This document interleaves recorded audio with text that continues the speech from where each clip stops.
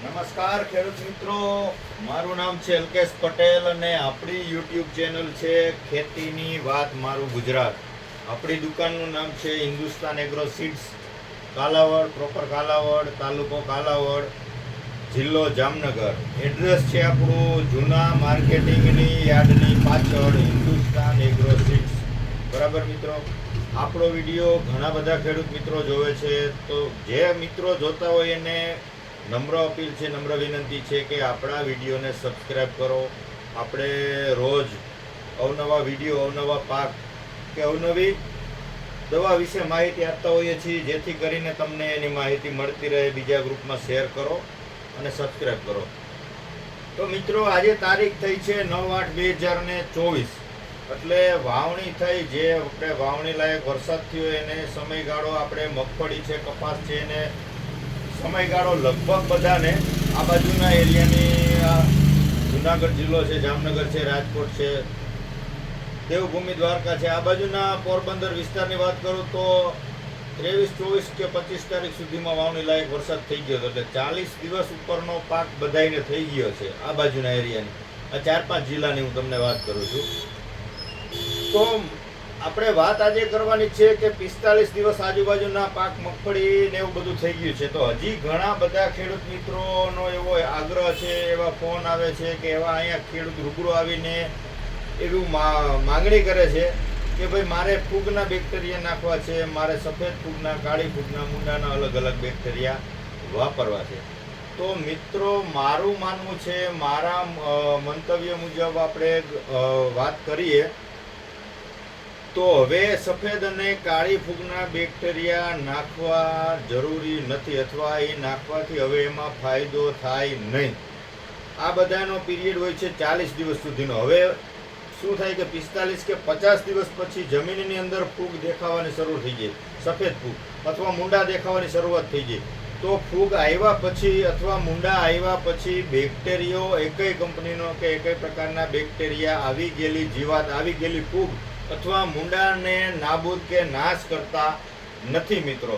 તો મારું માનવું છે ત્યાં સુધીની મારી ભલામણ એવી છે, આપણે કોઈ કંપની ભલામણ કરતી હોય અથવા કોઈ એવો કંપની એવો લેતી હોય જવાબદારી કે ભાઈ અમારા વાપરો બેક્ટેરિયા કે એમાં રિઝલ્ટ મળશે કે અમે આમ ગેરંટી આપીએ છીએ, તો આપણે એનો કોઈ કંપનીનો વિરોધ નથી કરતા કે આપણે કોઈ એવી ફરિયાદ નથી કરતા કે હવે તમે વાપરવાની ભલામણ ન કરો અથવા ન આપો.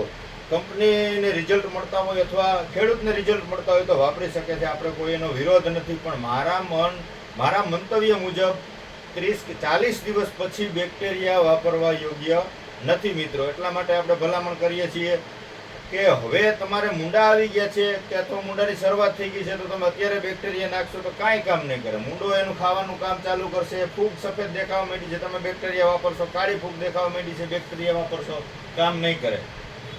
એ બધું એડવાન્સ ટેકનોલોજી, એડવાન્સ વસ્તુ છે કે તમે વાવ્યું છે તો 15 દિવસ પછી કે 15 થી લઈ 35-40 દિવસ સુધીના પાકમાં તમારે એડવાન્સ નાખી દેવાનું હોય છે. ત્યાર પછી તમે ઉમેરો તો એમાં જાજુ રિઝલ્ટ મળતું નથી. અને નથી મળતું એનું તમને રીઝન આપું કે શરૂઆતના 1 મહિના સુધી આપણે કોઈ હેવી દવા કે મોંઘી દવા કે કોઈ વધારે અસર કરતી હોય એવી દવા છાંટવાની થતી નથી. 1 મહિના સુધી કોઈ એવા ખાસ રોગ આવતા નથી. હવે મહિના દિવસનો પાક કોઈ પણ થઈ ગયો હોય, મગફળી હોય કે બીજો ગમે, તો એમાં સારી દવાનો છંટકાવ કરવાનો હોય છે. તો આપણે બેક્ટેરિયા નાખ્યા હોય ને 2-3 દિવસ કે 4 દિવસ કે 5 દિવસ પછી દવા છાંટવાનું થાય તો એ બેક્ટેરિયા સંપૂર્ણ નાશ પામે છે મિત્રો. તો આવી આપણી એક મારા અંગત એક તમને ભલામણ છે કે 40 દિવસ પછી શક્ય હોય તો ન વાપરવાનું. કોઈ કંપની તમારી પાસે જવાબદારી લઈને વપરાવતી હોય તો આપણે કોઈ કંપનીનો વિરોધ કરતા નથી મિત્રો.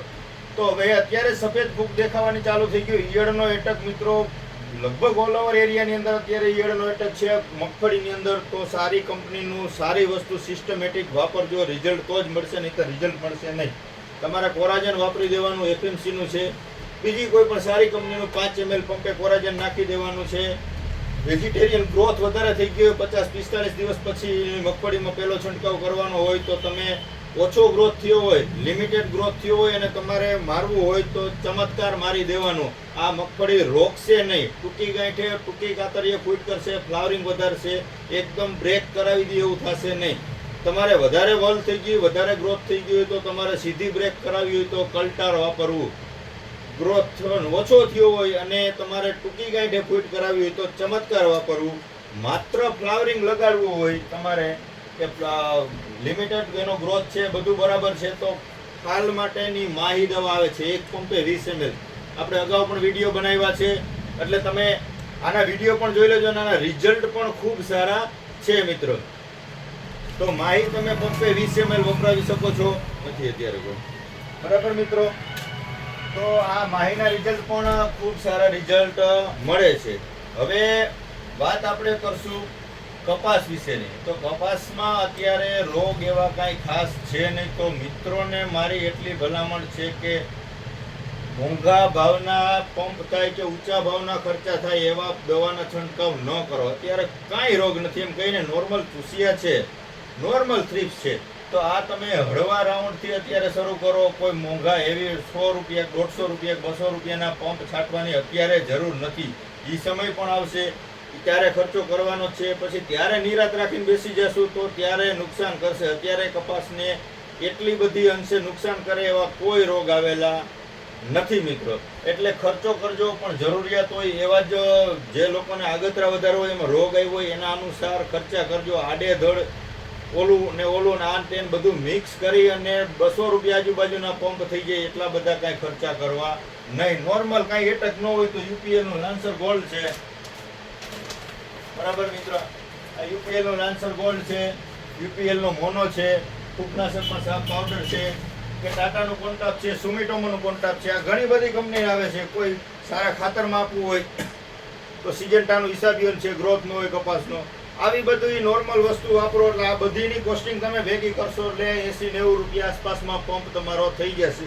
પણ આ બધું કરશો તો જરૂર ઓછી હોય, ઓછું કરશો તો 50-60 રૂપિયાના પંપમાં તમારો રાઉન્ડ અથવા ડોઝ લાગી જશે. તો જરૂર હોય એ મુજબ અત્યારે ખર્ચા કરો. કપાસમાં જરૂર નથી. મગફળીની અત્યારે માવજત ચોક્કસપણે કરવી ખૂબ જરૂરી છે. મગફળીનો સમયગાળો 40 દિવસથી લગાડી અને 80 દિવસ સુધીનો પીરિયડ જે હોય છે મગફળીના, એનો ખાસ સમય સાચવવાનો હોય છે. એમાં તમે સમય ચૂકી ગયા, સમય અનુસાર એનું તમે માવજત ન કરી તો તમને ઉત્પાદન 20 થી 25% સુધીનો ફેરફાર, ઘટાડો એમાં જોવા મળશે. એટલે અત્યારે માવજત કરવાની છે મગફળીની. કપાસની માવજત કરવાની આવશે 60 દિવસ પછી, ત્યારે કપાસની ચોક્કસથી આપણે કરશું. અત્યારે મગફળીમાં જે આ રોગ હોય, રોગ જીવાત નાબૂદ થવાના પ્રયત્ન કરો. પોષણ ઘટતા હોય, આ તમે રોકવાની દવા મારો કે ફાલની દવા મારો તો નીચે હુડિયા ફૂટશે તો એને ખોરાક જોશે, તો જમીનમાં ખોરાક આપો. આની બધી અત્યારે તૈયારી કરો, આની બધી કાળજી રાખો મિત્રો. કપાસની જરૂર પડશે ત્યારે આપણે કપાસના વિડીયો બનાવશું. અત્યારે રોગ નથી તો લિમિટેડ ખર્ચા કરો, ખર્ચા જાજા કરોમાં તોય કપાસ સારા જ છે. ઓલ ઓવર આપણે જોઈએ, આપણે તો ફિલ્ડમાં જતા હોઈએ છીએ, બીજા એરિયાના પણ આપણે રિવ્યૂ મેળવતા હોઈએ છીએ. તો કપાસમાં અત્યારે કોઈ જગ્યાએ રોગ નથી, કોઈ જીવાત નથી, સારા છે બધા કપાસ. તો અત્યારે એને સાઇડલાઇન કરી દો. રાબેતા મુજબ આપણે છંટકાવ કરતા હોય કરો, બીજા ખોટા ખર્ચા કરવાનું રહેવા દો મિત્રો. અત્યારે મગફળીની પૂરી કાળજી રાખો, મગફળીની પૂરી માવજત કરો. ક્યાંય પણ તમને જરૂર પડે કે મારે મગફળીમાં આ તકલીફ છે, આ પ્રશ્ન છે, તો તમે મને ગમે ત્યારે ફોન કરી શકો છો મિત્રો. શક્ય હશે ત્યાં સુધી હું તમને જે મને ખબર છે, મારે ધ્યાનમાં છે ત્યાં સુધી હું તમને એવી માહિતી પહોંચાડીશ, જેથી કરીને તમારો પાક બગડતો અટકી શકે ને તમને ફાયદો થાય એવા પ્રયત્નો હું કરીશ મિત્રો. આપણી ચેનલને સબસ્ક્રાઇબ કરજો મિત્રો, બીજા ગ્રુપમાં શેર કરજો, અને ક્યાંય જરૂર પડે ખેતીલક્ષી માહિતીની તો ચોક્કસથી તમે મને ફોન કરજો.